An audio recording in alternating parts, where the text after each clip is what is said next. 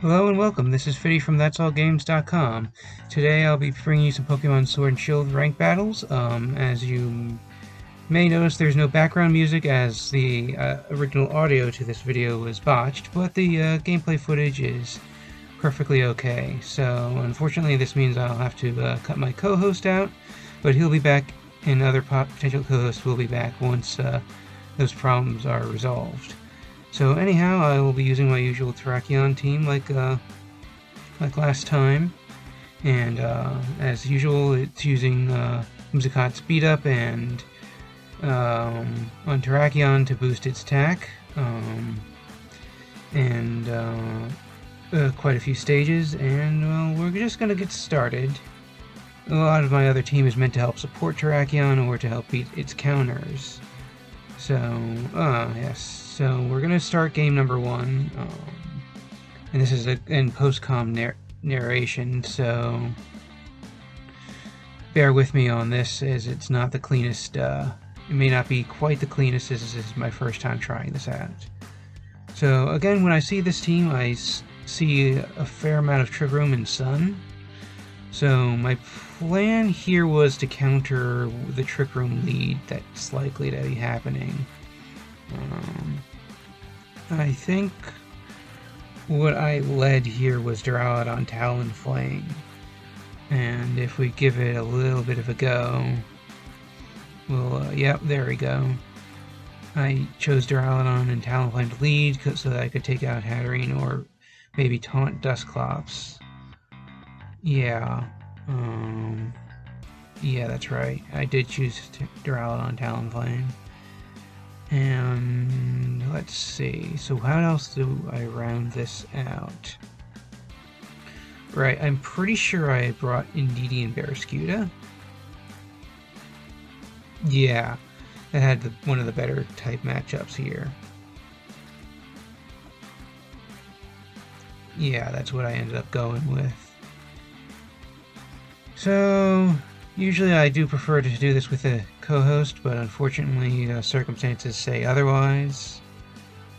So now that that's all said and done, let's actually get started with our first game. And so the opponent leads with Dusclops and Hatterene. And while I think about this, I did bring a pretty good lead for it, but I definitely didn't end up playing particularly well. I figured it was possible that the Hatterene would be using Trick Room, and I knew that I couldn't stop that because I would have to knock it out with Duraludon, which probably would have happened if my opponent doesn't end up Dynamaxing. Unfortunately, they do. And I make the really bad call of doubling up on Hatterene, hoping to take it out. What I really should be doing is going for Taunt on Dusclops, but I ended up Brave Birding into Hatterene instead. And once that gets going, you'll see that that doesn't work out particularly well. So I do start off by Dynamaxing Duraludon to get as much damage on Hatterene as possible. But, as we'll see in a few moments, the Hatterene's going to Dynamax and use Max Guard, while the Dusclops uses Trick Room. While I was playing this, I figured that might have been the choice, what might have ended up happening, but I figured that out after I made my decision. So let that be a lesson to think things through a little bit more than I did. There is a timer here, but obviously you have to make the most of it and get used to how you play and make adjustments in future battles that have similar team comps. So unfortunately you'll see here that I do double up on the Hatterene, which was a big mistake. I really should have done something about the Dusclops Trick Rooming, but I don't call that correctly. So, the next thing I do here is I Max Steel Spike the Hatterene and Brave Bird it again. This will definitely get some damage on Hatterene, which granted does happen in this case. Now that the Hatterene and Dusclops are faster, they get off a Nightshade on Duraludon and a G-Max Smite on Duraludon as well. Duraludon thankfully is holding an Assault Vest, which is the only way it survived that hit. But now both Duraludon and Talonflame are confused. Oh, the Hatterene has Life Orb. I did not notice that when I first played this. That explains why I took so much damage. But anyway, Max Steel Spike finishes off the Hatterene while giving us a defense boost.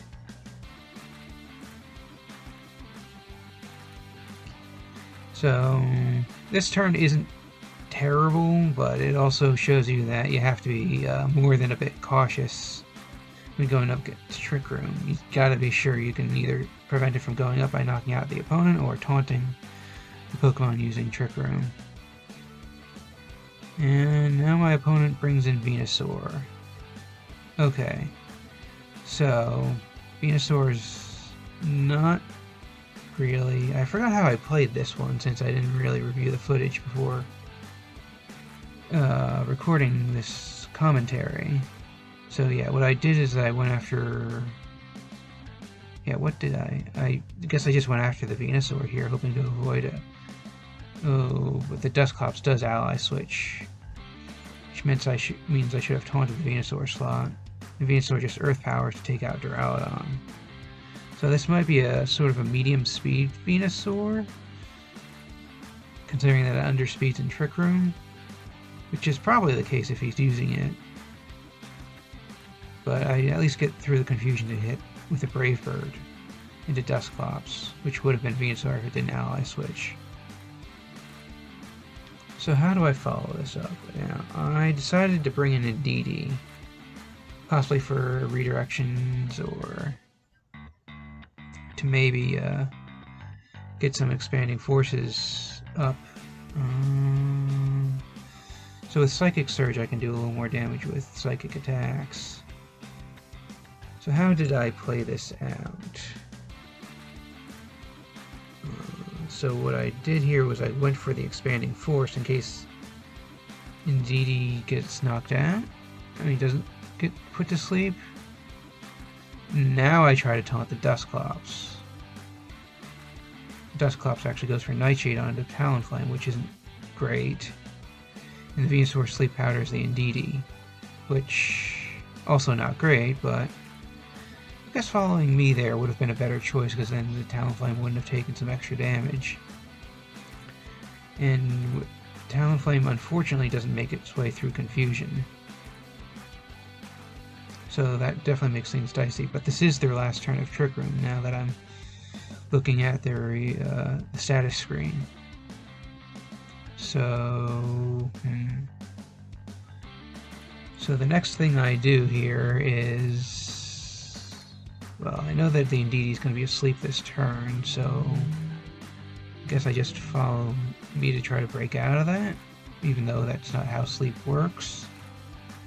And then I think what I do is I try to taunt the... That's right, I try to taunt the Dusclops again. But then he switches out into Torkoal.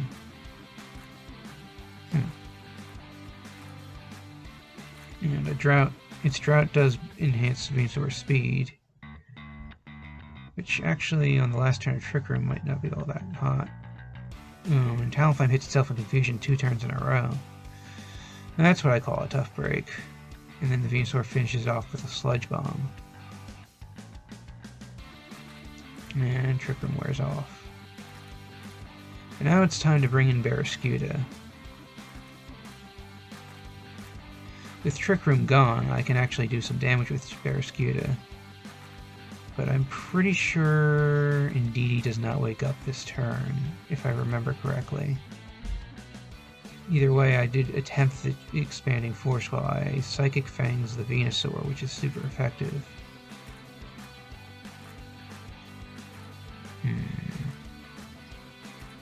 Right, and the Psychic Fangs actually one-shots Venusaur. So that makes for a pretty good run, a pretty good play. But Indeedee is still asleep, so I think it actually wakes up next turn if I remember correctly.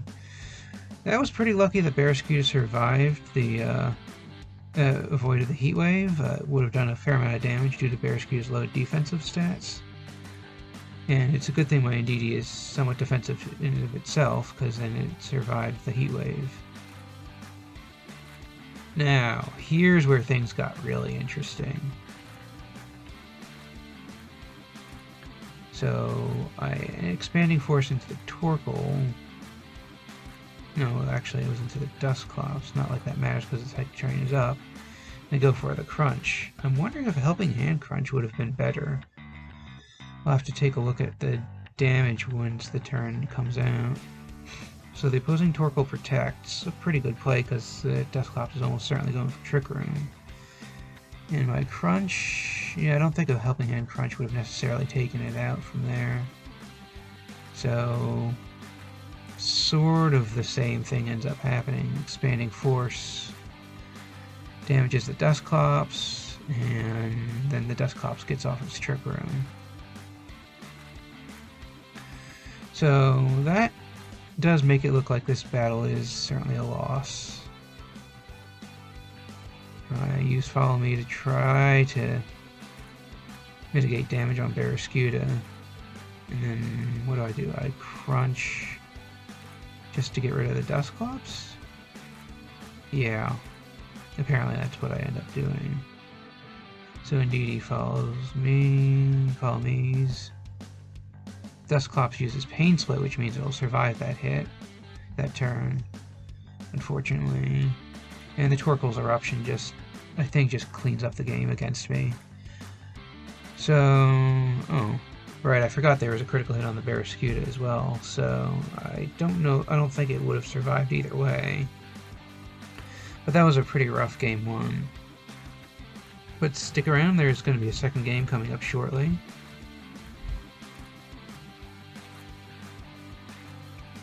So, be sure to look forward to that. And let's see. So, I gotta be a little more careful around Trick Room. If I see it, I should do my best, a better job of accurately predicting what Pokemon ends up using Trick Room and respond accordingly. And I called that first turn one better. I might have actually been able to win the match even, because I had pretty good type matchups against my opponent. And the second game is up, and this opponent is using Urshifu, Slowbro, Indeedee, Tyranitar, Torkoal, and Alakazam. So seeing this, I am fearing another Trick Room somewhere. I suppose it would be Slowbro, but this team seems more like a good picks team and less of a team synergy team, although Expanding Force is likely to be used on Alakazam, Slowbro, and Indeedee. So what I end up leading here is, I think it was Whimsicott Terrakion, just to sort of see how well it does. I consider this to be practice more than anything else, because I do like to go to tournaments every now and then, but obviously with the current pandemic, there's no live tournaments to really participate in. Yes, there are some grassroots tournaments too, but I prefer not to participate in them if I'm not getting qualifications towards the World Championship. So yeah, it looks like I led with Whimsicott Terrakion, and back it up with a Barraskewda, and what else did I lead? I think I actually, yeah, backed up with Duraludon as well. Looking back at that, I'm not sure if that was the best call, but if I remember correctly, I did win this battle. And we have game number 2. So my opponent leads with Indeedee and Urshifu, of all things, and this is the tricky thing about Urshifu. When you see it in Team Preview, it's very hard to tell which form the opponent's using. This one is the Water-type form, and you can tell by the fact that the little frills around its kneecaps are pointing downwards. The Dark-type one has them pointing upwards. So let's see, how did I play this out? I think I... yeah, what did I do? Yeah, I think I Tailwinded to get the speed bonus. and I close combated to get as much damage on Urshifu as I can. And here the opponent Gigantamaxes Urshifu to get as much damage as he can on... Well, no, right. That's right. He ended up, I think, max airstreaming for speed bonuses and to get damage on Whimsicott. So the opposing Indeedee used Follow Me. Not too surprising. Mitigating damage from your main attacker is one of the main things Indeedee does. And I get off my Tailwind so that I can go first with close combat. And interestingly enough, my opponent is using a Focus Sash Indeedee, which usually they're bulky enough to take some sort of hit on their own, so it's a little surprising that that happened. The opposing Urshifu uses max Airstream to give itself a speed bonus, but it's not as high of a speed bonus as my Tailwind, so we should still be faster. Of course, my Whimsicott survives without a Focus Sash, which is one of the most common items on Whimsicott. And from here, I decide to Moonblast the Indeedee, and I also...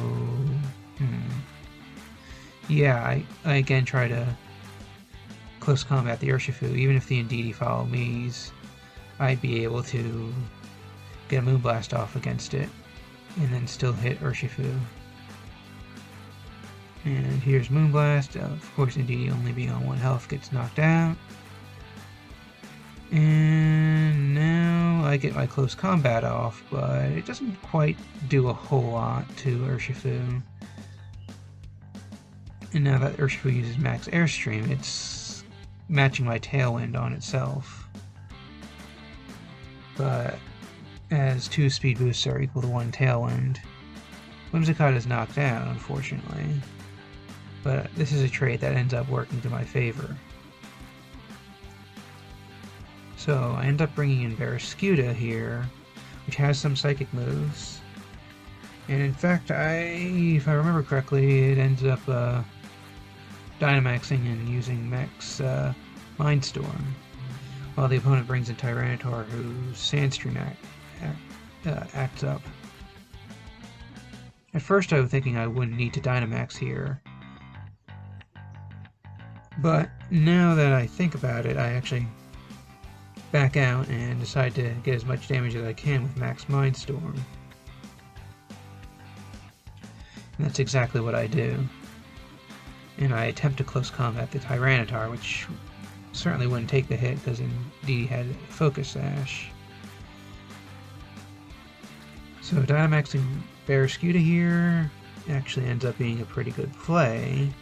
As you'll see in a moment, I'm pretty sure it finishes off the Urshifu. And let's actually see that in action. The opposing Tyranitar protects, but that's not that big of a deal, as I'm just going to finish off the Urshifu, and now the Tyranitar itself would have a hard time protecting next turn if it wants to go for a double protect. So, as you can see, close combat goes into Tyranitar's protect and doesn't really do anything. But that's okay, because protect fails more often if it was used successfully on the last turn. Here the opponent brings in Alakazam. I believe I'm still faster thanks to Tailwind. And I do go into max Darkness against the Alakazam and decide to close combat the Tyranitar. The Alakazam incidentally protects, probably to still out Tailwind. And the opposing Tyranitar protects but fails, which works greatly in my favor.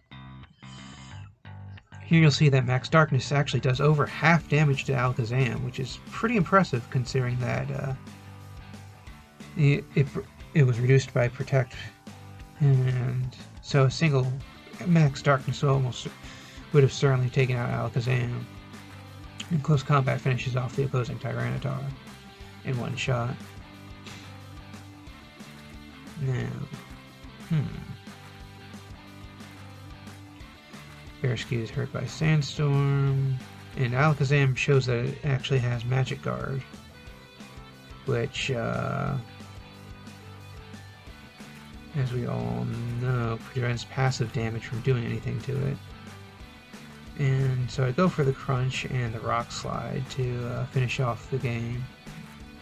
And, well, Max Darkness off of Crunch finishes off the Alakazam. So that second game was actually a successful run, and we still have one more game, so be sure to stay tuned. As you can see there, the opponent was... it seems more like he was using an Expanding Force setup.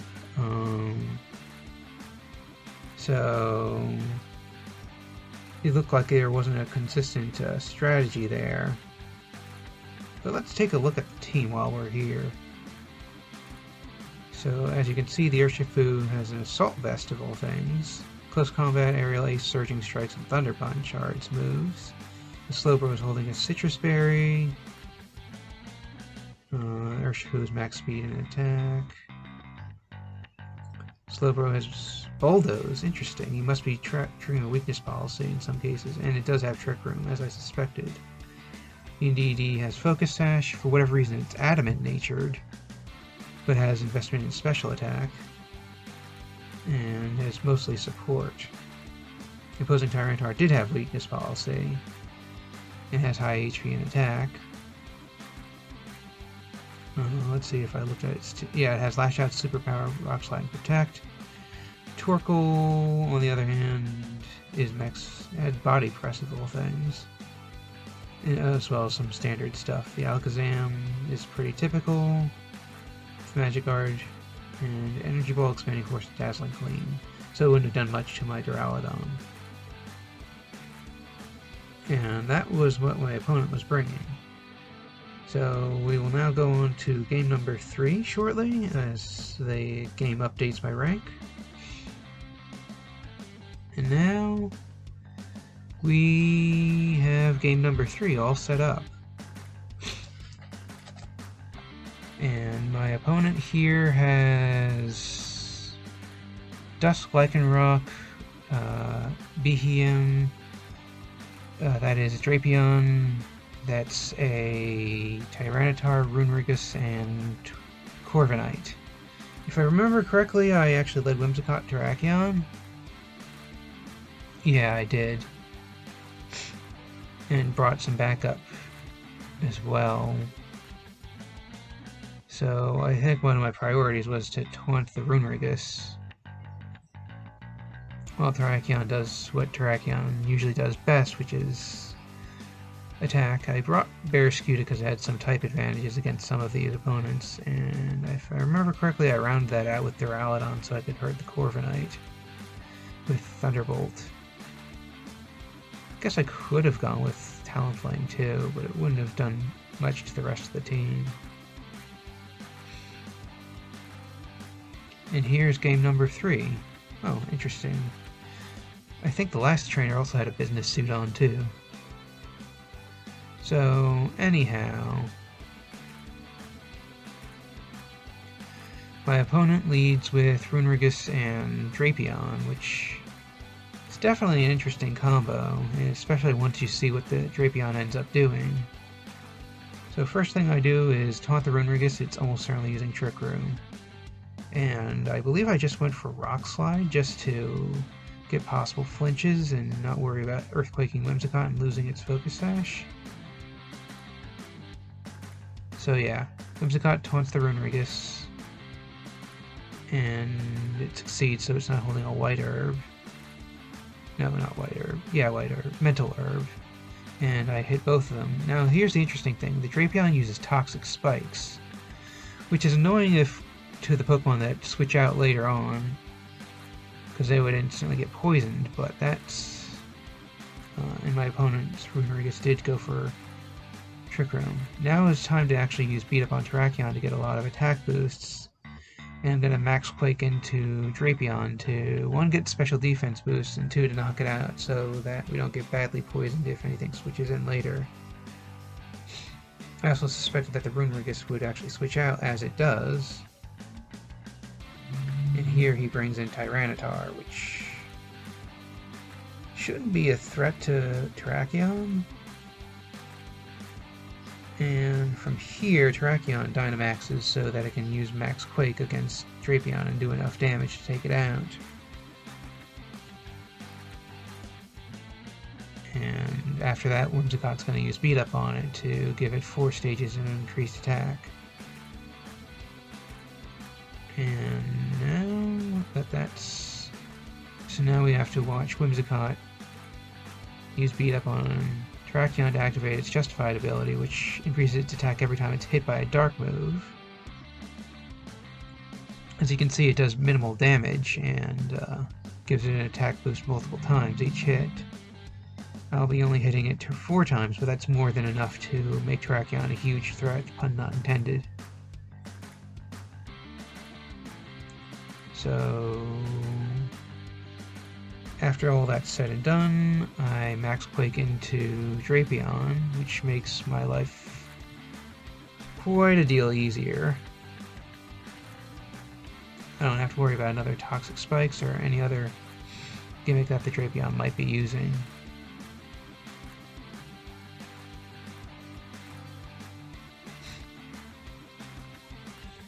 And now Whimsicott gets hurt by Sandstorm.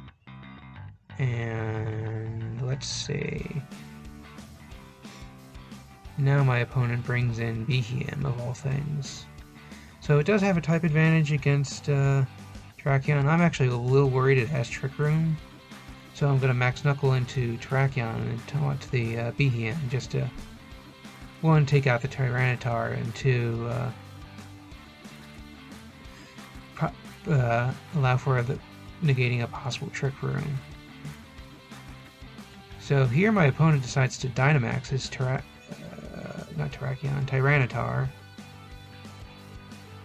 And as you'll see, this isn't actually too big of a deal. I'm faster, I don't even need the Tailwind to go up. And while I do taunt the Behem, I didn't actually anticipate it using Psychic instead of Trick Room. But here, Max Knuckle one-shots Dynamax Tyranitar. I mean, those extra attack bonuses make for a lot of extra damage. And heck, Terrakion gets even stronger with that Max Knuckle, too. And as you can see, the opponent didn't really have a big plan for that. And then the Behem uses Psychic, which, doesn't do enough due to the extra HP and the special defense bonus from the opponent, the Tyranitar Sandstorm, which boosts Rock-type Pokemon's special defense. Now the opponent's Runerigus comes back in. I again try to go for a taunt and decide to Max Quake into the Behem, which should certainly knock it out. However, my opponent forfeits, which at least that's better sportsmanship than disconnecting, and I'll actually take it. And that's all 3 games. So I hope you've enjoyed it. I certainly had fun playing this and recording this. But before we go, I will be looking at the opponent's team, just to sort of see what they're using. So the Lycanroc, which didn't come out, had a Hard Stone. It was low speed, but has high HP and attack. Celerock, Swords Dance, Close Combat, and Crunch. Pretty typical moves. That was an Expert Belt Behem with minimum speed, I think. Energy Ball, Psychic... Oh, did it have Trick Room? Wow. So that was a defensive Drapion with Toxic and Toxic Spikes, which is very unusual. But I don't know what typical Drapion sets are. The Tyranitar had Weakness Policy. And it had Protect, Crunch, Rock Slide, and Superpower. Runerigus actually has Focus Sash and has a lot of effect moves like Will-O-Wisp, Trick Room, and Ally Switch. And its only attacking move was Hex, which explains why Drapion had a lot of poisoning moves. And this Corviknight is pretty typical: Body Press, Iron Defense, Taunt, and Iron Head. So before I go, I end up updating my rank. And with that being said, thank you guys so much for watching. I hope you enjoyed today's episode. Again, if you're looking for other gaming-related content, you can find it on that'sallgames.com. And until next time, have fun gaming, guys. Peace.